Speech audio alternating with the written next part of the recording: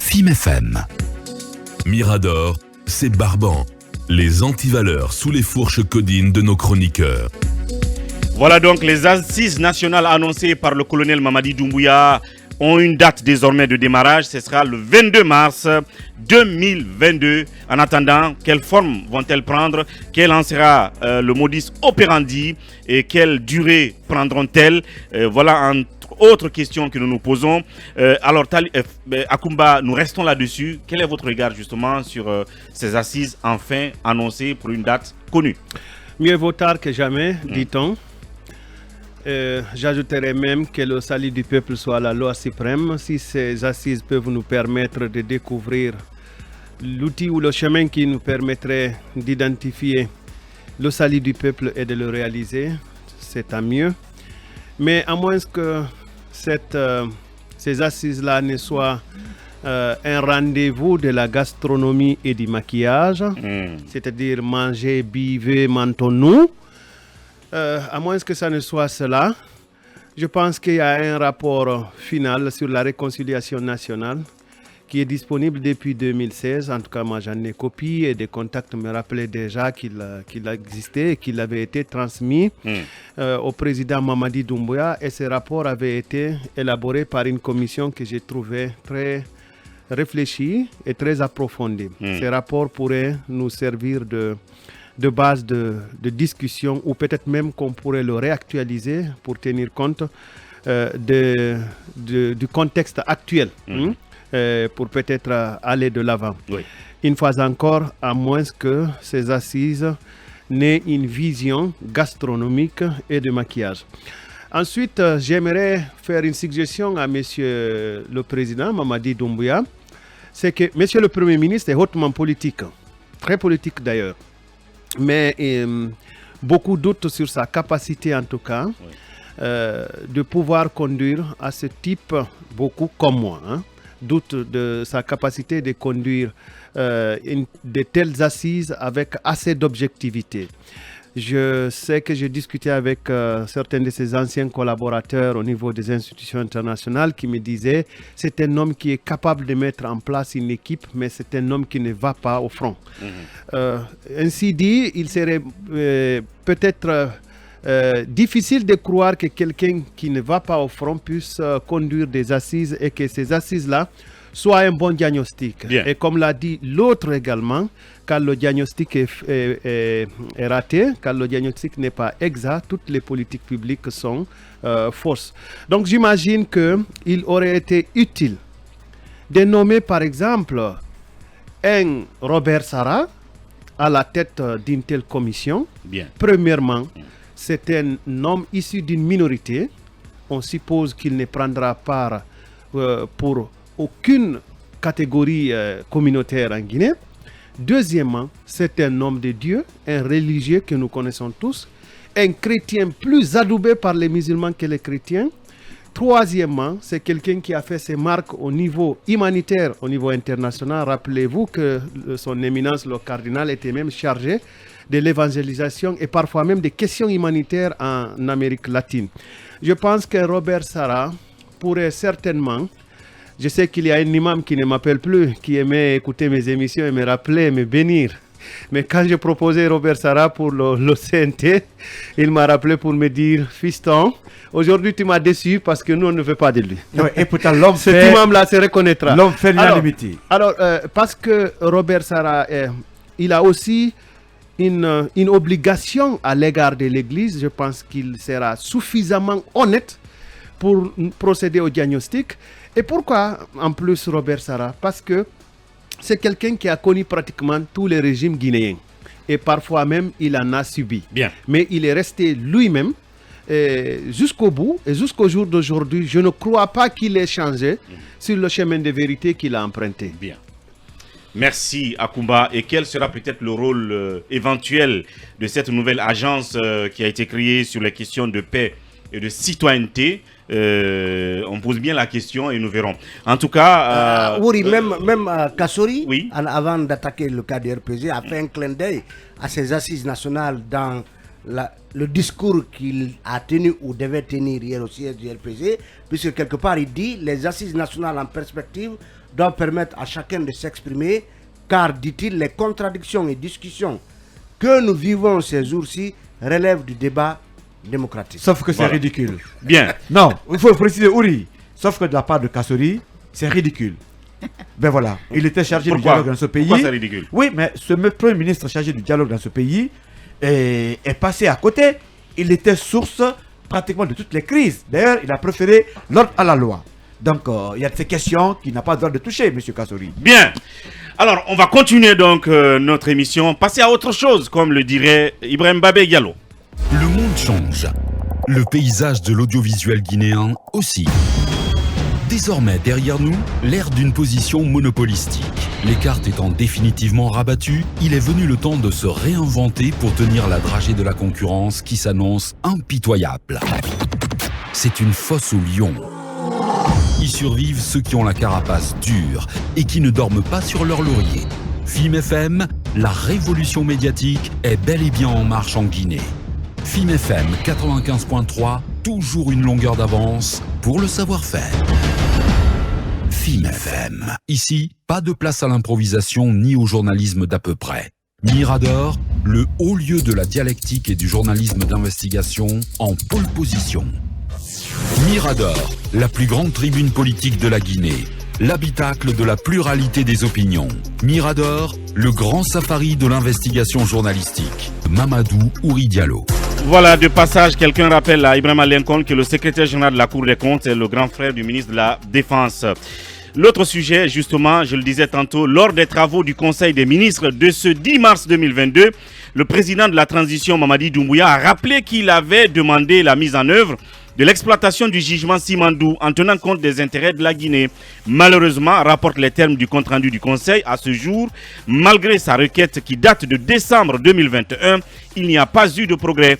Fort donc de ce constat, le colonel Mamadi Doumbouya a donc instruit la cessation de toute activité sur le terrain, nous citons, en attendant des réponses aux questions posées aux divers acteurs et la clarification du mode opératoire dans lequel les intérêts de la Guinée seront préservés. Alors, Akumba Diallo, qu'est-ce qu'on peut en savoir très simplement Oui, vous avez raison. Le Conseil des ministres du 10 mars 2022 a décidé que soient suspendus les travaux en cours sur le corridor du chemin de fer de Simandou. Mais en réalité, le Conseil des ministres parle du projet Simandou. Donc, on peut s'imaginer que cette décision peut aussi couvrir même la mine.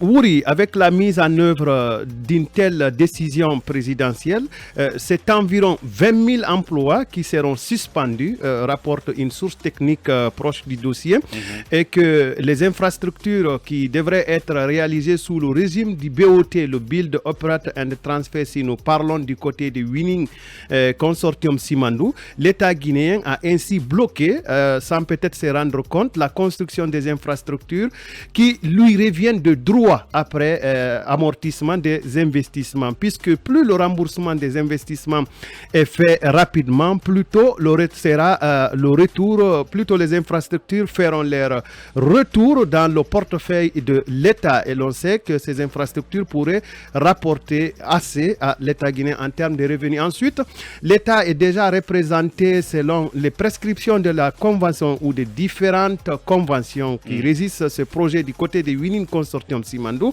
L'État donc est représenté dans le conseil d'administration d'après la convention sur les infrastructures ferroviaires et surtout sur les infrastructures portières. Curieusement, Wouri, l'État est obsédé par la nécessité d'avoir une participation gratuite dans des infrastructures au régime BOT qui lui reviennent des droits après exploitation, ce qui n'est pas, de notre point de vue, prévu par le code minier et par les autres lois de la République, mais cependant, il est prévu que l'État ait une participation gratuite maximale au niveau des ressources minérales. Donc, au niveau des ressources minières, l'État peut se prévaloir d'obtenir, si vous voulez, une participation allant jusqu'à 15%, puisque les projets miniers ont des composantes infrastructurelles qui sont de plus en plus importantes. Parfois, plus de 80% du volume des investissements Wouri sont injectés dans les infrastructures. Et c'est pourquoi l'État est autorisé, selon plusieurs textes de la République, à recruter des cabinets de contrôle aux frais de l'investisseur, même encore que l'État a une autorité de régulation pour la construction et la gestion des infrastructures. Aussi, rappelons-nous, puisque ça s'est passé tout récemment là, que Rio Tinto n'a pas encore dit clairement qu'il dispose d'un montant prévisionnel dédié aux infrastructures en question. Donc, n'ayant pas une vision sur l'engagement des investissements, les négociations ont quand même traîné. Ceci est une vérité que le Conseil des ministres a dû constater.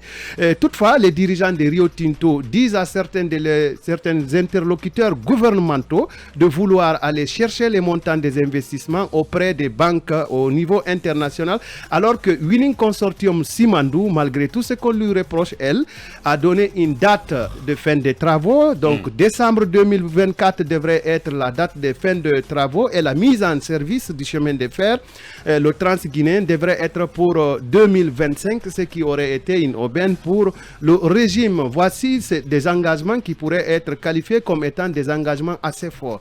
Rappelons-nous de l'erreur qu'avait commise M. Alpha Condé dans le cadre de l'accord transactionnel avec Rio Tinto de 2011. C'était la volonté de prendre 51% des infrastructures. Donc on remarque que la gente est sur le même chemin de la société d'infrastructure, et cela avait été avec un financement à apporter, ce qui avait conduit des cabinets recrutés par le groupe de la Banque mondiale à constater que l'État avait failli, l'État était en défaut de ses engagements pour la réalisation des infrastructures. Donc si on veut des intérêts dans le BOT, c'est à travers les modalités d'amortissement qu'on peut agir, car on peut soit allonger le délai de transfert, soit les réduire. Selon une source gouvernementale, une réunion d'urgence nocturne a eu lieu hier, 10 mars, à la présidence de la République entre des dirigeants de Rio Tinto et Winning Consortium Simandou, qui a abouti à la mise en harmonie des parties prenantes qui se sont engagées, selon notre source gouvernementale, à conclure très rapidement les accords portant création d'une société commune pour la construction et l'exploitation des infrastructures du projet de minerais de Simandou. Notons que le patronat guinéen, le patronat unifié, était vent debout contre Winning Consortium Simandou, qui n'a pas daigné respecter la loi sur le contenu local le long du corridor du chemin de fer pour le projet Simandou. Ça veut dire que les dénonciations au niveau international et au niveau local ont abouti à faire décider la junte à suspendre ses activités, ce qui n'est pas sans risque. Justement. Merci Akouma pour cette explication. Je reste avec vous. Question toute bête. Vous parliez de risque tout à l'heure. Moi, j'ai envie de dire, quelles en seront les conséquences? Est-ce que cette décision a des conséquences peut-être sur le projet? Alors, trois formules ou trois hypothèses de ma part. Premièrement, que l'État amène Rio Tinto et Winning Consortium Simandou à constituer une société commune pour les infrastructures. Il faudra reprendre les conventions. Il faudra également reprendre tout le montage financier pour que chaque partie sache combien elle doit apporter en termes d'investissement. Ensuite, l'État aura obligé les entreprises à reprendre même les études liées aux infrastructures. Et là, permettez-moi de vous couper. Est-ce qu'on sortira carrément du schéma d'un BOT? Le BOT peut rester, mais c'est qu'on reprendra les études parce que les deux entreprises évoluent sur des normes différentes, les paquets de normes différentes. L'une est obligée d'observer les normes de la Société financière internationale complétées par des normes internationales. L'autre est pratiquement chinoise, qui utilise, si vous voulez, des standards moins élevés que les normes de la Société financière internationale, qui utilise moins aussi les principes de l'Équateur, qui sont des exigences opposées aux institutions financières internationales qui participent dans le financement du projet. Alors la deuxième hypothèse, c'est que on décide que désormais il faut reprendre tout cela. Ça veut dire qu'il faut déjà annuler tous les travaux qui ont été réalisés sur le corridor du chemin de fer, ce qui aurait été un très grand gaspillage. Mais vouloir être accepter que Winning Consortium Simandou réalise le chemin de fer sans que Rio Tinto n'ait un regard sur le respect des normes, lui amènerait à subir des sanctions au niveau de ses investisseurs, je parle des banques et des institutions financières, puisque déjà des bruits courts comme quoi Winning Consortium Simandou aurait traversé une réserve naturelle des chimpanzés, ce que n'accepteraient pas certains investisseurs. Alors, quatrièmement, l'État voulant prendre 15% des actions, je me demande si ça a été précisé des actions gratuites, mais imaginons-nous que l'État soit amené à débourser 15% de 8 milliards de dollars. Qu'est-ce que ça pourrait expliquer? Où est-ce qu'on prendrait justement? Alors oui, j'allais dire talibé là-dessus, mais est-ce que des interrogations se posent là? Oui, des interrogations, mais aussi cette affaire, c'est un peu une sorte de sac de nœuds. Sac de nœuds où il y a plusieurs inconnus, plusieurs tractations, puisque à un moment, certains avaient reproché à Rio Tinto de n'avoir pas l'intention, manifestement, réellement, d'exploiter le Simandou et d'en faire une réserve pour le futur, étant donné que Rio Tinto avait déjà des gisements du côté de l'Australie et ailleurs. Donc aujourd'hui, est-ce que en voulant à tout prix être un peu, disons-le simplement, en association avec Winning Consortium, si on doit revenir encore sur le montage financier, on doit revenir sur les conventions, sur les études techniques, ça veut dire qu'on perdrait au minimum, bon, c'est comme ça, virtuellement une année, et pourquoi pas plus d'années que prévu. Est-ce que les 15% des 8 milliards dont on parle, l'État peut vraiment les avoir à disposition? Parce que c'est cette faute qu'on a commise avec notamment le premier projet, donc qui a fait que l'État devait, je crois, débourser quelque chose de 51%. 51%. Et Taylor De Jong avait conclu que l'État avait failli à ses missions. Voilà, absolument. Bien. Donc ça veut dire que l'État s'engageait à prendre des parts dont il n'a pas les capacités de lever les moyens. Les capacités financières. Donc du coup, quelqu'un à qui on reproche déjà de ne pas vouloir exploiter les gisements de Simandou maintenant, trouvait là facilement un argument pour dire que c'est l'État qui n'est pas à même de fournir comment dire, sa part de financement pour la réalisation du projet. Donc aujourd'hui, on est en fait pris, le Simandou est pris en otage par des firmes, mais si par des intérêts, comme il a dit, des intérêts internationaux. Si c'est trouvé que c'est des parts gratuite que demande l'État guinéen, que cela est accepté par les partenaires en ce moment, on ne serait pas face au défi de lever de moyens pour apporter des financements. Et ce qui est bizarre, c'est cette information qu'Akumba donne, selon laquelle hier nuit, il y a eu une réunion donc secrète au palais, donc le colonel fulmine au conseil à midi, et puis comme par le soir, il y a une réunion secrète, dit-on, qui vise la création d'une société commune. On se pose des questions. C'est-à-dire que peut-être une fois Baltar et Fadi Wazni, peut-être ils se sont serrés la meilleure. Peut-être. Donc Rio Tinto et Winning Consortium Simandou. Et une source technique m'envoie juste cette précision-là pour me dire que la crainte qu'il faille avoir, une co-entreprise ne se justifie pas dans la mesure où, en raison de son rôle régulateur, l'État n'acceptera pas que la société propriétaire des infrastructures fixe les prix d'utilisation des infrastructures de manière fantaisiste. Elle ne pourra pas non plus faire la ségrégation d'une société en faveur d'une autre. L'État doit plutôt demander à renforcer ses propres capacités, renforcer l'ANAIM, donc l'Agence nationale des infrastructures minières, et la Sogipami, qui est la société guinéenne des patrimoines miniers, former ces cadres chargés du suivi. Les novices nouvellement nommés auront du mal à comprendre les enjeux et à assurer par conséquent un sérieux suivi. Et la source continue pour dire que Winning Consortium Simandou aussi est soumise aux normes de la Société financière internationale et que Winning a déjà recruté les mêmes cabinets. Les 15%, c'est gratuit, ce qui est demandé. C'est une source technique qui nous envoie cette information pour compléter la présentation. Merci Akumba. Pour terminer là-dessus, oui. Peut-être une question pour Akumba. Bon, rectifiez-moi si je me trompe. Dans les faits tels que présentés par Akumba, moi, j'ai compris quand même que dans ce que demande l'État guinéen, on pourrait dire que ce que demande l'État guinéen n'est pas en adéquation avec le code minier.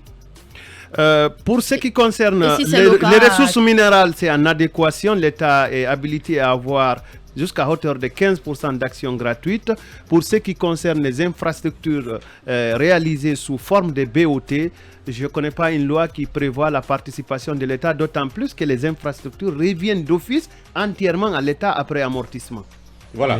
Alors, oui, qu'on a un mot à dire là-dessus. J'ai comme l'impression que Simandou nous apportera pas de solution que des problèmes. Parce que imaginez depuis combien de temps nous sommes dans ce dossier, dans cette affaire, ça n'avance pas. Alors, le CNRD a dit vouloir éviter les erreurs du passé. Mais j'ai comme l'impression que nous replongeons dans les mêmes démarches. Oui, Emmanuel, un petit mot là-dessus. Je pense que, comme l'a dit Talibé, depuis le départ déjà, on avait à peu près une idée des intentions de Rio Tinto par rapport au projet Simandou, qui clairement voudrait le mettre, comme on le dit, en jachère pour s'occuper d'autres mines qu'ils avaient ailleurs dans le monde. Donc oui, la solution trouvée finalement avec le consortium Winning, dont on connaît le regard un peu rigoureux par rapport justement aux normes internationales. Et c'est vrai, ça a été dénoncé, le passage de ce chemin de fer vers une réserve naturelle de chimpanzés vers le Mont Nemba. Donc, il fallait s'attendre qu'on en arrive aujourd'hui à un accrochage finalement, même s'il n'est pas peut-être forcément voulu par l'État, mais il peut aussi avoir été créé par l'un des partenaires pour qu'on en arrive là. Bien. Mais si l'État guinéen décide d'avoir des parts dans une partie du projet dans laquelle il n'est pas censé avoir de part, je pense que le risque c'est qu'on va retarder le projet pour rien et après peut-être on tiendra des discussions, mais ensuite on reviendra à la convention de départ pour dire ok, on continue le projet tel qu'il a été établi. Bien. Sinon peut-être on va forcer la main, forcer les choses jusqu'à peut-être aller en procès, et je ne pense pas que la junte soit capable de tenir un procès de ce type pour la Guinée au niveau international. Bien. Alors, cette démarche, cette décision est-elle tout simplement légitime ou préjudiciable à l'avancée du projet? Nous vous assurons que Akumba gardera l'œil dessus et nous parlerons tout à fait de cette situation les jours et les semaines à venir. Le temps pour nous de passer à d'autres sujets. On va parler du RPG Arc-en-Ciel.